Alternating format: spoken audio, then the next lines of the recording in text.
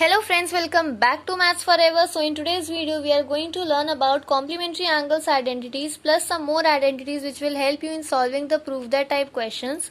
Also we will practice some of the questions based on complementary angles concept, and at the end of this video I am going to tell you one super amazing fact about trigonometry. So let's get started with today's video.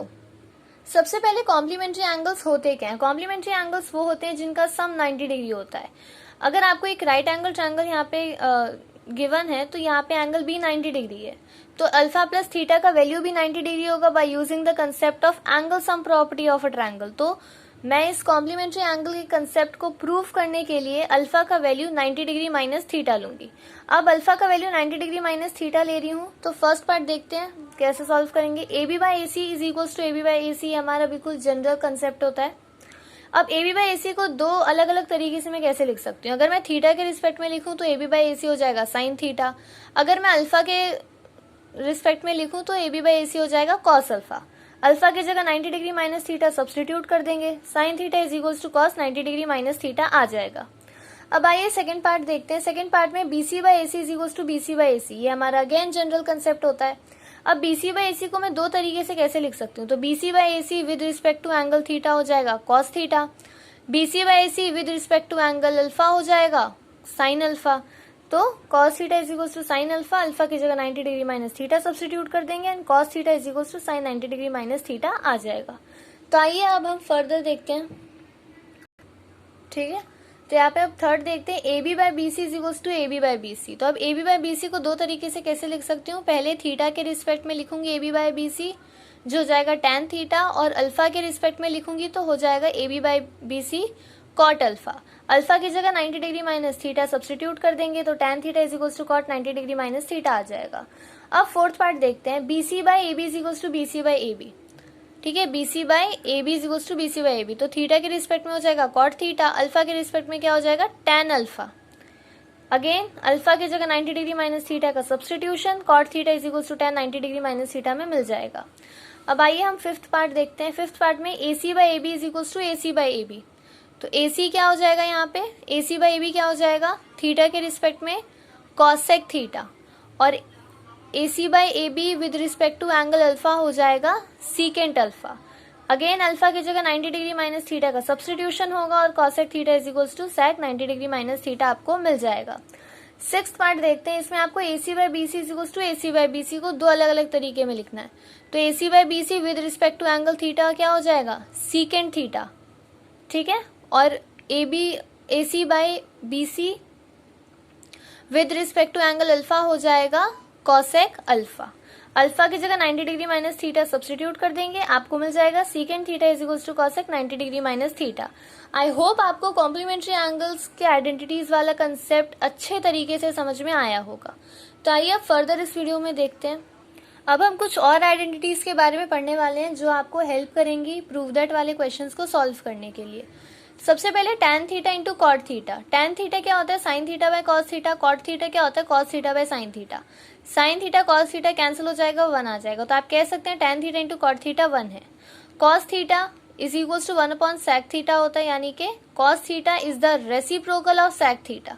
आप ये भी कह सकते हैं कि sec theta जो होता है वो 1 अपॉन कॉस थीटा होता है, यानी कि sec theta is also the reciprocal of cos theta. ठीक है, अब cosec theta is equals to 1 upon sine theta होते हैं, यानी कि कॉसेक थीटा जो होता है वो रेसिप्रोकल होता है साइन थीटा का. साइन थीटा जो होता है वो 1 अपॉन कॉसेक थीटा होता है, यानी कि sign theta is the reciprocal of cosec theta.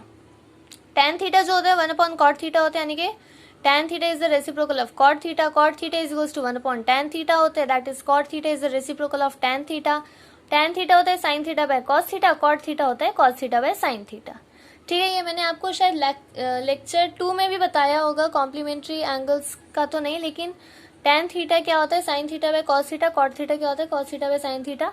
But still इस लेक्चर में दोबारा मैं इस टॉपिक को रिपीट करना चाहती थी सो दैट कि जब आप प्रूव दैट वाले क्वेश्चन सॉल्व करें तो आपके माइंड में फटाफट हो जाए कि भाई tan theta sine theta by cos theta होता है, cot theta cos theta by sine theta होता है. और जितनी भी ये रेसिप्रोकल वाली रेशियोज है ना, इसको भी ध्यान रखिएगा क्योंकि ये प्रूव दैट वाले क्वेश्चंस में ये मोस्ट फ्रीक्वेंटली यूज होता है. तो आइए अब हम कुछ प्रैक्टिस क्वेश्चंस को सॉल्व करते हैं जिसमें आपको फर्स्ट क्वेश्चन गिवन है cosec 20 degree plus x is equals to secant 50 degree plus x. तो यहाँ पे हम सबसे पहले आइडेंटिटी लगाएंगे, cosec theta is equals to secant 90 degree minus theta ई, और यहाँ से हो जाएगा हमारे पास cosec 20 degree plus x is equals to secant 90 degree minus 20 degree plus x, जो कि हो जाएगा आपके पास सीकेंट 70 डिग्री माइनस एक्स। ठीक है, अब हम इन दोनों को इक्वेट कर देंगे, secant 70 degree minus x is equals to secant 50 degree plus x. हमें दिख रहा है सेम ट्रिग्नोमेट्रिक फंक्शन अप्लाई करके सोल्यूशन इक्वल आया है, the value which we are getting by solving this is equal. तो यहाँ पर हम क्या करेंगे, एंगल्स को कंपेयर कर देंगे, यानी कि एंगल्स को यहाँ पे इक्वल कर देंगे। 70 degree minus x is equals to 50 degree plus x कर देंगे, क्योंकि सिर्फ जब एंगल्स इक्वल हो तभी ऐसा हो सकता है कि हम सेम ट्रिग्नोमेट्रिक फंक्शन अप्लाई करने के बावजूद वैल्यू इक्वल आ रहा है। ठीक है, तो यहाँ पे हमारे पास आ जाएगा 2x is equals to 20 degree और वहाँ से x हमारे पास 10 आ जाएगा। आई होप आपको ये क्वेश्चन अच्छे तरीके से समझ में आया होगा। तो आइए हम और क्वेश्चंस को भी सॉल्व करते हैं। ठीक है, तो सेकंड क्वेश्चन हमें गिवन है, if cos 9 theta is equals to sin pi by 4 to find the value of tan 6 theta. सबसे पहले हम थीटा निकालेंगे, और थीटा निकालने के लिए हमें क्या करना होगा, cos 9 थीटा और sin पाई बाय 4, इन दोनों में से किसी एक को सेम ट्रिग्नोमेट्रिक फंक्शन के टर्म्स में लिखना होगा। cos 9 थीटा को एज इट इज रखेंगे, sin पाई बाय 4 हमें मालूम है कि sin pi bye 2 minus theta, वैसे मैं इसको एंगल्स में डिग्रीज में लिख देती हूँ, sin 90 माइनस theta is equals to cos theta होता है। ठीक है, तो sin यहाँ पर अगर मैं कर दूँ थीटा, ये हो जाएगा cos 90 डिग्री माइनस थीटा के इक्वल। ठीक है, तो sin पाई बाय 4 होता है sin 45 डिग्री, यानी कि cos 90 डिग्री माइनस 45 डिग्री कितना हो जाएगा, cos 45 डिग्री। तो मैं sin 45 डिग्री की जगह cos 45 डिग्री डायरेक्ट सब्सटीट्यूट कर दूंगी। यहाँ से 9 theta is equals to 45 degree आ जाएगा, क्योंकि सेम ट्रिग्नोमेट्रिक फंक्शन अप्लाई हो रहा है, सॉल्व करके वैल्यू इक्वल आ रहा है। इसका मतलब कि जो एंगल्स हैं ये भी इक्वल हैं। यहाँ से हमारे पास थीटा का वैल्यू आ जाएगा 45 डिग्री बाय 9, यानी कि 5। नाउ tan 6 थीटा पूछा गया है, यानी कि tan 6 times of 5 degree is equals to tan 30 degree, and tan 30 degree की वैल्यू होता है 1/√3। आई होप आपको ये क्वेश्चन भी अच्छे तरीके से समझ आ गया होगा। तो let's start with the third question. तो आइए अब हम थर्ड क्वेश्चन शुरू करते हैं। इसमें सबसे पहले हमें क्या करना है, y का वैल्यू निकालना होगा, तभी हम y/2 निकाल पाएंगे। तो y का वैल्यू निकालने के लिए सबसे पहले मुझे इस एक्सप्रेशन को सॉल्व करना है, इस ट्रिग्नोमेट्रिक एक्सप्रेशन को सॉल्व करना होगा। इसमें कॉम्प्लीमेंट्री एंगल का कंसेप्ट लग रहा है, और क्योंकि बहुत सारे कॉम्प्लीमेंट्री एंगल्स का कंसेप्ट लग रहा है, इसलिए मैं हर एक को नहीं लिखूंगी, लेकिन मैं आपको बताती जाऊंगी साथ साथ। तो सबसे पहले हमारा है cos 90 डिग्री माइनस एल। तो cos 90 डिग्री माइनस एल क्या हो जाएगा, sin एल। हमने पढ़ा था cos 90 degree minus theta is equals to sin theta. तो यहाँ पे cos 90 डिग्री माइनस एल क्या हो जाएगा, sin L. sin L into sin L plus sin 90 degree minus L क्या हो जाएगा, cos L into cos L.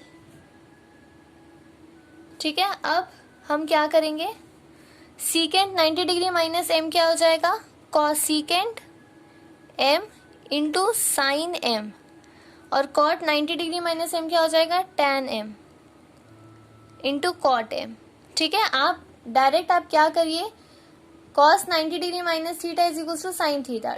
Theta का वैल्यू यहाँ पे क्या दिया हुआ है, एल, तो यहाँ पे साइन थीटा की जगह साइन एल लिख देंगे।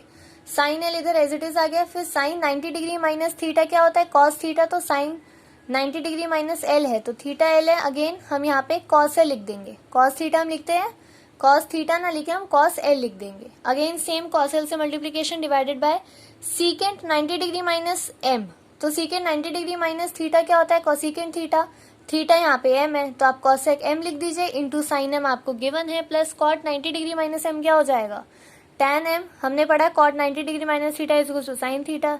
मैंने जैसे कि अभी कहा कि थीटा एम है, तो यहाँ पे tan एम हो जाएगा। tan थीटा की जगह हम tan एम लिख देंगे, इंटू में cot एम है ही। अब हम सॉल्व करेंगे आइडेंटिटीज यूज करके। Sine L into sine L क्या होता है, sine square L. Cos L into cos L, cos square L, divided by, मैंने आपको बताया था cosec M into sine M क्या हो जाएगा, कॉसेक एम होता है 1/sin एम, तो 1/sin M into 1/sin M, sorry 1/sin M into sine M plus tan m into cot M. आपको बस इतना ध्यान रखना है, tan और कॉट अगर गिवन है मल्टीप्लीकेशन में और एंगल सेम है तो हमेशा मल्टीप्लाई करके 1 आएगा। उसी तरीके से आप इसका भी समझ सकते हैं, अगर कॉसेक और साइन आपस में है एक दूसरे का रेसिप्रोकल, आपको sec कॉसेक दिया हो, sec कॉस दिया हो, कॉसेक साइन दिया हो, tan कॉट दिया हो, अगर ये मल्टीप्लीकेशन में है और एंगल सेम लग रहा है तो हमेशा इनका प्रोडक्ट 1 ही आएगा। तो 1 upon sine M into sine M, और यहाँ से प्रोडक्ट हमने निकाल लिया 1। इसके बाद sign square theta plus cos square theta हमने पढ़ा था 1 होता है, तो 1 अपॉन 1 प्लस 1 यानी 1 अपॉन 2। अब हमें y बाई 2 निकालना है। Now we have to find the value for y by 2 यानी 1/2/2 जो कि आपका हो जाएगा 1/4। आई होप आपको ये भी क्वेश्चन अच्छे तरीके से समझ आया होगा। ठीक है, अब आइए हम फोर्थ क्वेश्चन की तरफ बढ़ते हैं जो कि लास्ट क्वेश्चन होगा, बट बहुत ज़्यादा इंटरेस्टिंग और थोड़ा सा लेंथी क्वेश्चन है। अब हमें इस एक्सप्रेशन को इवेल्युएट करना है। सबसे पहले हम क्या करेंगे, कॉसेक अल्फा को हम किस तरीके से लिखेंगे, हमें पता है कॉसेक थीटा होता है सीकेंट 90 डिग्री माइनस थीटा। ठीक है, कॉसेक अल्फा क्या हो जाएगा, सीकेंट 90 डिग्री माइनस अल्फा। ठीक है, अब हमें एक और चीज़ मालूम है, क्या है कि अल्फा और बीटा जो है वो कॉम्प्लीमेंट्री एंगल्स हैं, यानी कि इन दोनों का सम 90 डिग्री है। तो क्या मैं इस स्टेटमेंट से ये लिख सकती हूँ कि alpha plus beta is equals to 90 degree है, तो बीटा जो होगा वो 90 डिग्री माइनस अल्फा हो जाएगा। Can I right it like this? ठीक है, तो यहाँ से कॉसेक अल्फा क्या हो जाएगा, सीकेंट 90 डिग्री माइनस अल्फा क्या है, बीटा। तो cosec alpha is equals to secant beta. अब आइए हम कुछ और रेशियोज का लिख लेते हैं। Sine alpha is equals to cos 90 degree minus alpha यानी कि कॉस बीटा। ठीक है, उसके बाद लिख लेते हैं हम कॉस अल्फा का जो होता है साइन 90 डिग्री माइनस अल्फा यानी कि साइन बीटा। ठीक है, और इनके फॉर्मूलाज में यहाँ लिख देती हूँ, sine theta is equals to cos 90 degree minus theta. ठीक है, and cos theta is equals to sine 90 degree minus theta. ठीक है, तो अब हमारे पास, तो यहाँ पे हम कॉसेक अल्फा की जगह डायरेक्ट सब्स्टिट्यूट क्या कर देंगे, secant beta into cosecant beta already हमें गिवन है, मल्टीप्लाइड बाय साइन अल्फा की जगह सब्स्टिट्यूट कर देंगे कॉस बीटा। ठीक है, डिवाइडेड बाय साइन बीटा है हमारे पास, प्लस कॉस अल्फा की जगह हम सब्स्टिट्यूट कर देंगे साइन बीटा, एंड डिनोमिनेटर में कॉस बीटा गिवन है। ठीक है, all whole raise to the power -1/2 है। ठीक है, तो अब हम यहाँ पे क्या करेंगे, 1 upon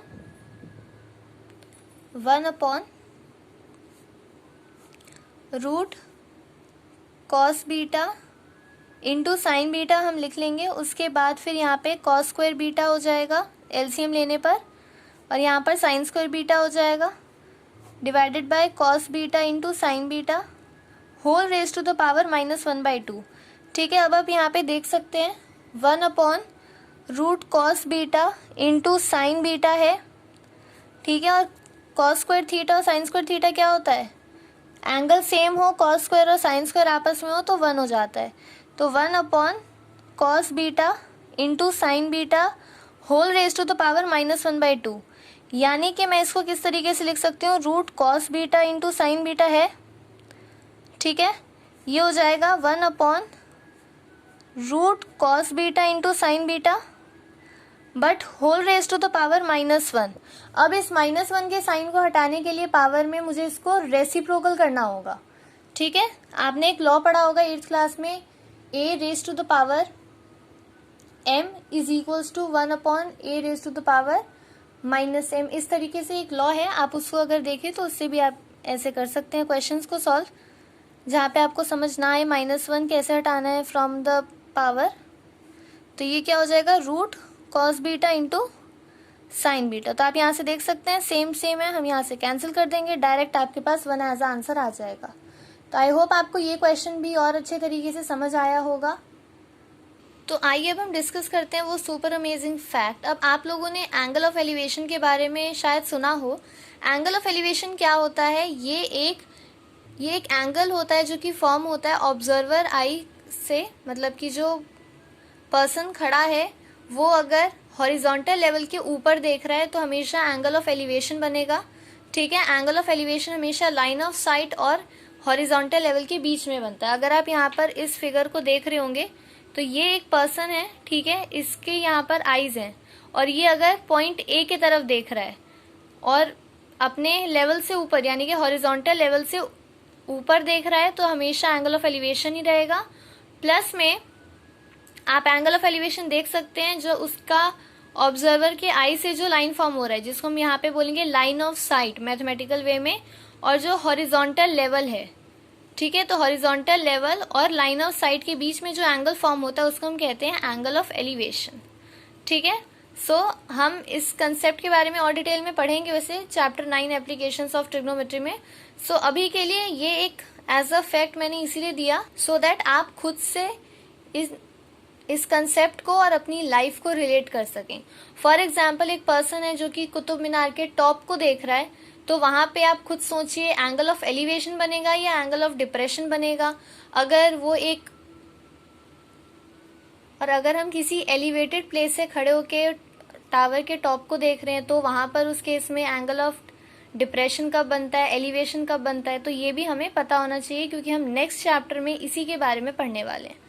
so at the end अगर आप लोगों को ये वीडियो इन्फॉर्मेटिव लगा हो, कुछ आपको नया सीखने को मिला हो, कोई नया कंसेप्ट सीखने को मिला हो, तो you can like this video, share it with among your friends so that they can also learn these concepts, as well as you can subscribe to this channel. And if you have any doubt, any question regarding to this topic or any other mathematical topic, you can ask that in comment section below. Thank you so much.